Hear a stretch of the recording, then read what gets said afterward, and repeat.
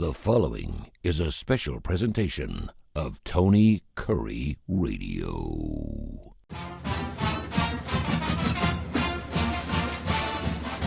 Welcome back to a UAB Director's Chair. He's the athletic director for your UAB Blazers, Mark Ingram. I'm Tony Curry. Of course, we do this show every single week. You can hear it 5 days a week here on the Tony Curry Radio network of radio stations. Not to mention, of course, our podcast. Our podcasts are doing fantastic at 19 shows, and there's well over 100,000 listeners throughout the week.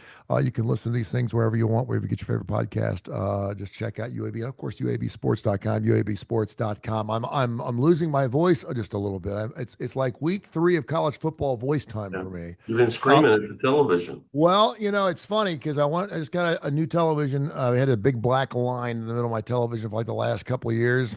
Man. It was just, and I got used to it, right? It didn't bother me anymore. But anyone that came in and watched my TV were like, dude, what's wrong with your TV? I mean, you're a sports guy and you can't watch the game.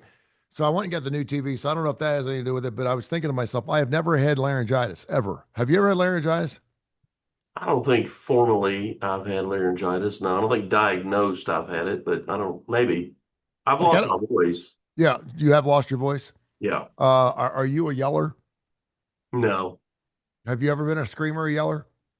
Not really. Like, even when you're a player, you never used to get fired up? Oh, I'm fired up. That doesn't mean I gotta scream about it. Yeah.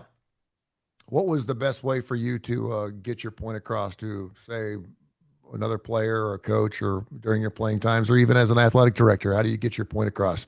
Yeah, you beat them. I mean, if you're trying to get your point across on the field, you just go dominate the other player on the next play, and that pretty much shuts people up, and you score a touchdown. That always quiets the crowd, same kind of thing. I've found that in the workplace, the person that raises their voice first loses. And I've certainly found that to be true in my marriage. And so I try not to ever, there's just no reason for it. But when I first started working, I worked in football, and right out of school, I worked in football, and coaches sometimes, because they have to raise their voice on the practice field, or you just can't hear them. And it's not even about anger or any of that. It's just sheer volume. Some coaches have a hard time transitioning that to inside and using their inside voice. And sometimes they get kind of fired up because it's just like they can't flip the switch, and just go to be Mr. Businessman. But I think there's less of that than there used to be. I mean, it used to be you go to, I remember in a recruiting meeting in my first year out of school, and one of our coaches literally got up and stood on the table because he was demanding that we sign this one guy. Yeah.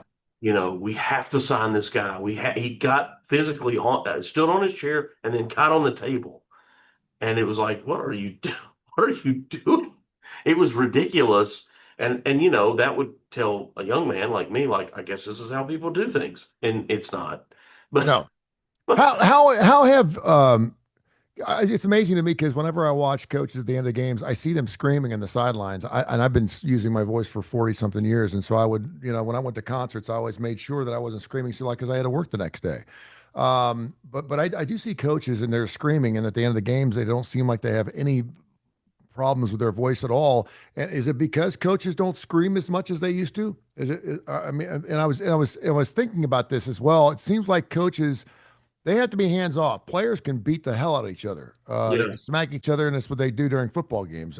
Coaches, I remember, never forget when, Nick Saban gave AJ the big smack on the ass and he caught hell for it. And I was like, come on, these are football players. They're good to go for that kind of stuff. But coaches, and I remember, the coaches grabbing him by the face mask, and all of a sudden you just don't see that anymore, which I guess is a good thing. But and they've made it's a point of emphasis. And frankly, if a coach grabs a player by the face mask, we treat that like mortal sin.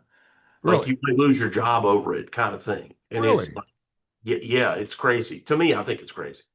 And it's not that I want to be clear, I'm not saying that I think it's acceptable to physically abuse a player, but Yeah. sometimes they've got this headgear on. It's like blinders almost, and they got a cage in front of their face. Hmm. And sometimes a coach, like, hey man, I'm trying to, do you hear me? And then there's other times that there's just there's a difference. And but yeah, man, people used to grab our face masks all the time. Yeah. That's not the way it happens anymore, is it? No, Wh definitely wh not. who do you think yells more during a game, Trent Dilfer or Andy Kennedy? Well, probably Andy because he's trying to yell out defensive plays, offensive plays, all that kind of stuff. He's telling a player to get in position, and he's doing that actively from the court. The head coach is the only one that's supposed to stand up in basketball. Yeah. So he's got to direct all the That's not traffic. a penalty, is it? I mean, it's not a penalty if No. you have another guy. No, Oh, if no. the others do, it can be. The Really? officials will tell them to sit down. Who's the assistant? Kind of a heavy set guy that's always next to Andy. Um, Well, I don't want to answer that question. well, well, I didn't mean to say I mean heavy set. He's a big guy. He's a fuller figured fellow like myself. His Yes, name is Ryan Cross. Ryan Cross. No, not to say Ryan. He's a good looking guy, but because I see him as much as I see Andy, and he's a Well, big guy. I'm not saying that they don't stand up. What Yeah, I'm telling you is they're not supposed to. And if they yeah, do, the officials will tell them to sit down. And I yeah, think I don't know how many warnings they can get before it does become a penalty, but it can become a penalty. I don't remember, I don't think they call it a sideline warning. Maybe they do, but a bench warning or something like that. And you've heard that before, a bench warning, and that's what that's about. Is that the whole team stands up and they got to sit them down, yeah. or they can't get them to sit down, and so they got to blow the whistle and go. UAB or whoever has received a bench warning, I, and I, I've always but wanted to be. Yeah, Trent's pretty quiet. I mean, we've seen him get fired up, but he's these guys are on a headset. That's the new difference too, is they can communicate to the quarterback through the headset. hmm. So I don't have to scream. I don't have to scream in football the Yeah, way I used to because I got this thing here and I'm just telling you, hey man, this is what we're going to run. We're going to run split right. yeah. No, I always wanted to be a fly on the wall, or in the same room with Ryan and Coach Kennedy because it seems like they're really tight. And I know that because whenever I see Coach Kennedy when he's not in a working situation, maybe he's watching another team play, I usually see Ryan sitting right next to him, and I know they're working together, and it seems like they have a really good relationship. So that's a good thing. Um, he's the UAB athletic director. Mark Ingham joins us every single week, the UAB director's chair. Info at TonyCurryRadio.net. Info at TonyCurryRadio.net. It's been several days. Your takeaways from the Navy game was closer than a lot of people thought. Yeah. Offensively speaking, I thought the team looked a lot better. For some reason, Navy, defensively speaking, has had UAB's number the last couple of years. At least UAB got them down the football field a little bit, and that certainly Yeah. made it much more competitive. Yeah, look, Navy's a very good team. Them and South Florida are the two teams that are picked to win the league, and fortunately we get to play them both. Mhm. And Memphis would be the other one who we also get to play.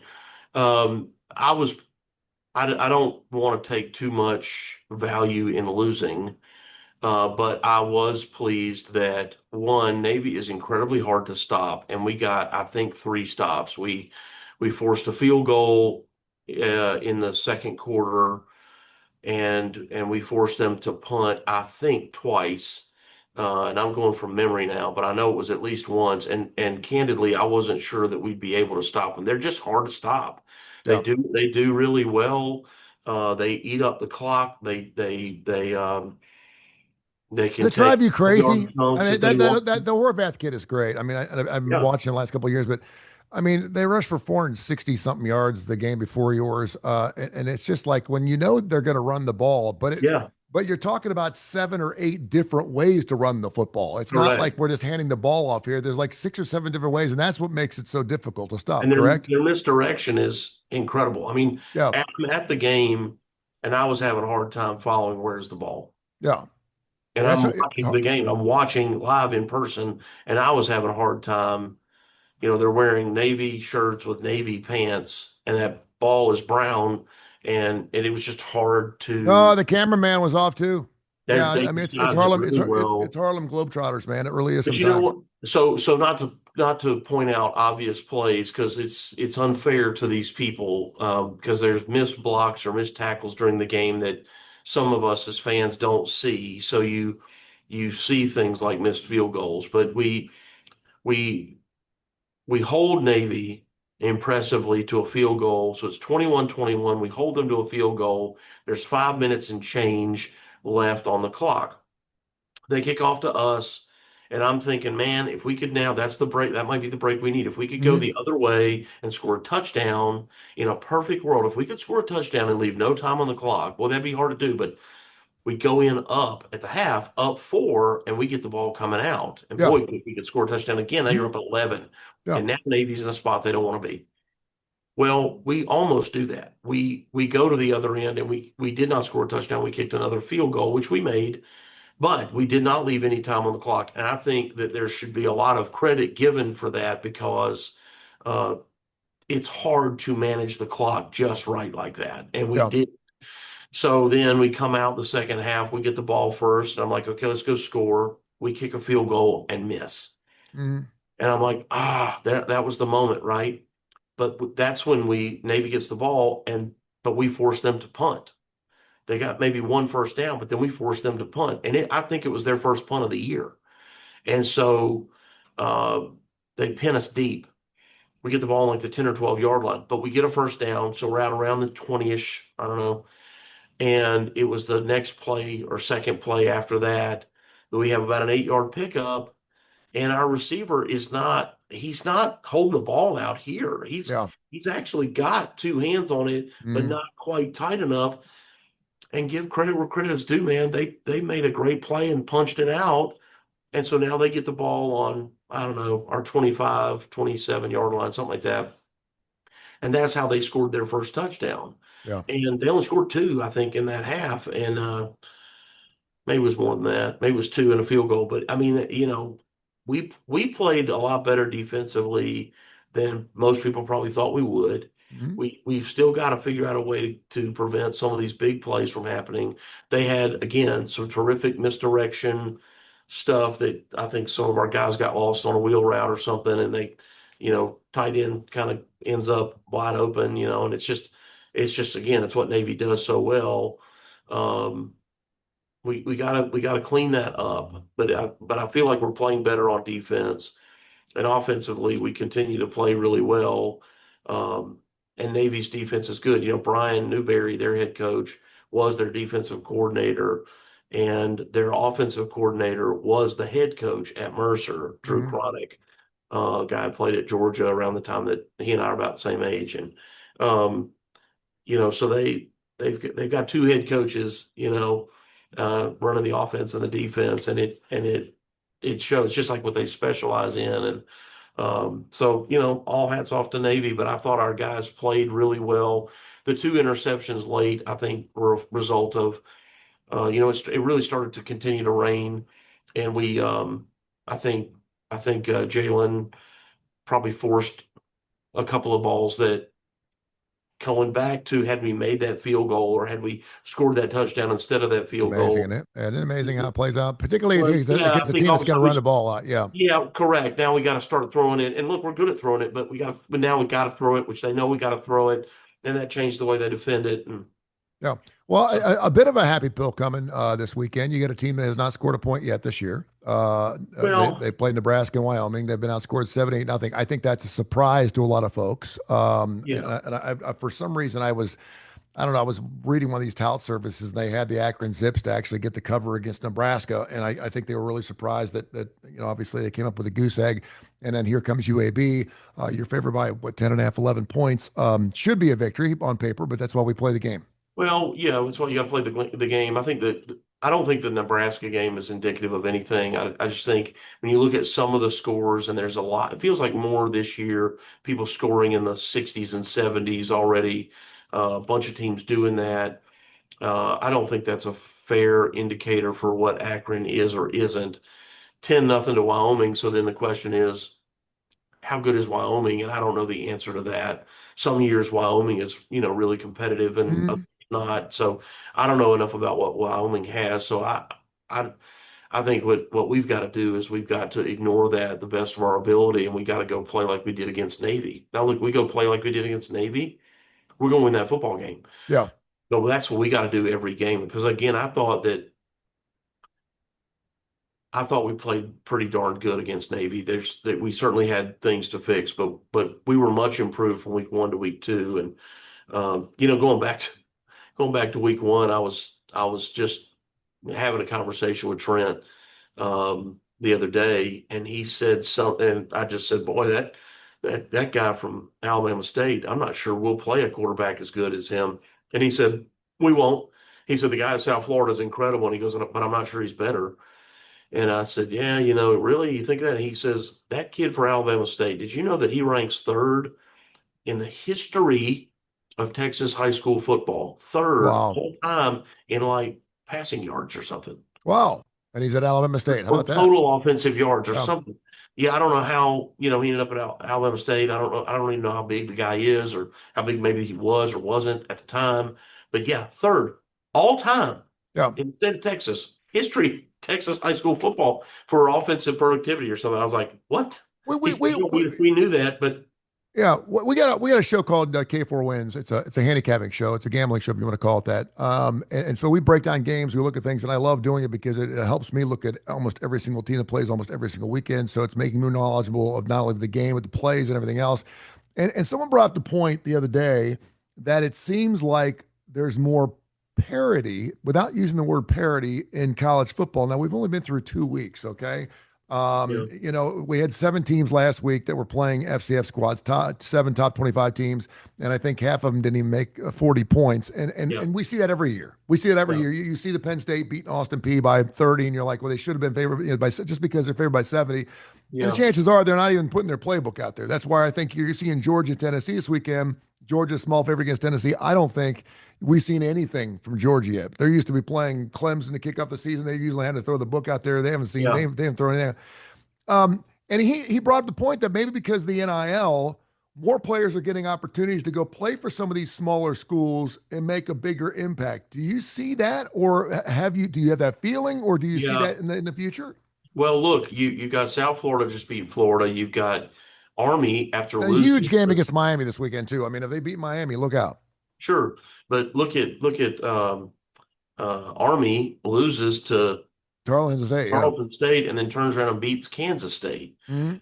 And they would not Army would not be a product of what we're talking about. So I don't think it's not NIL, Tony. It's the transfer rule.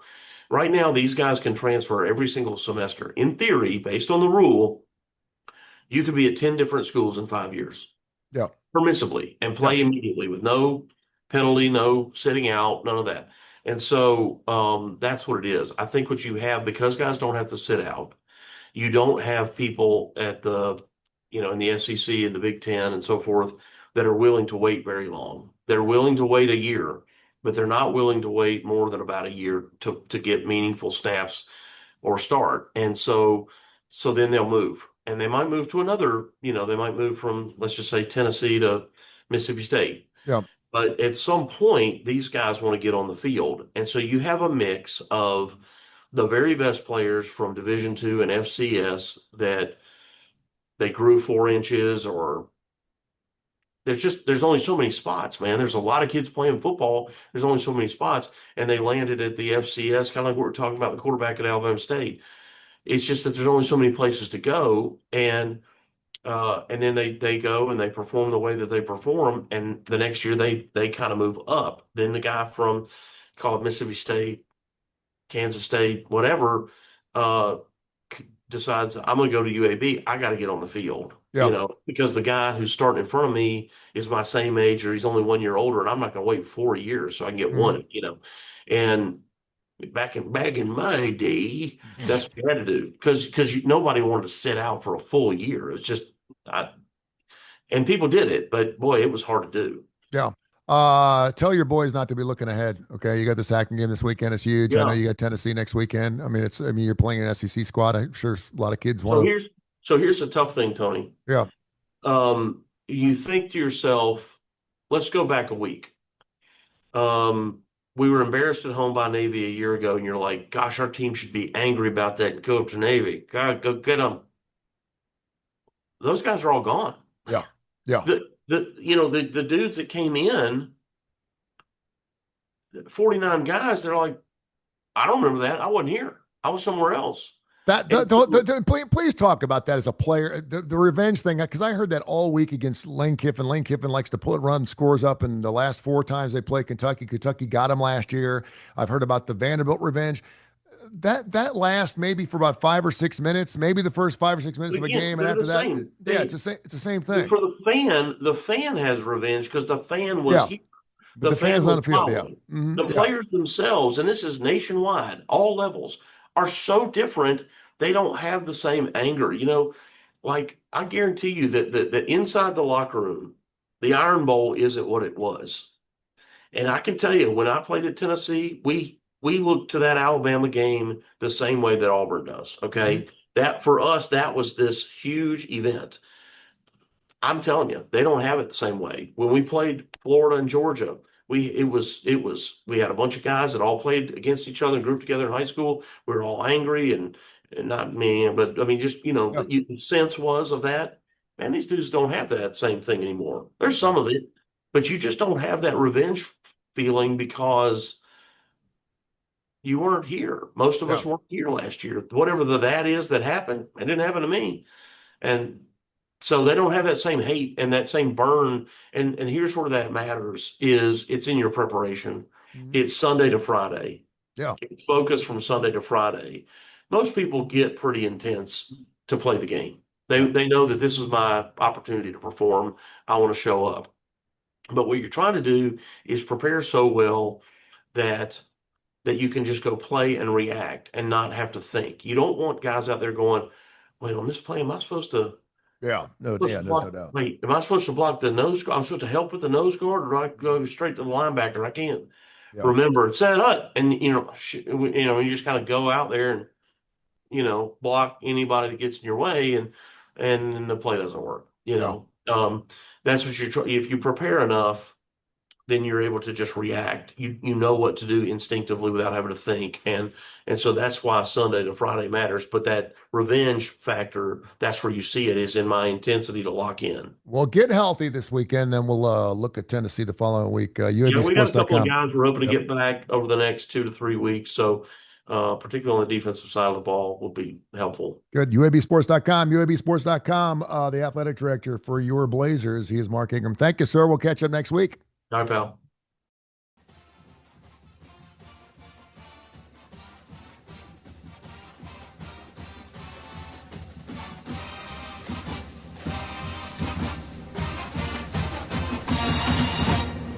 This has been a special presentation of Tony Curry Radio.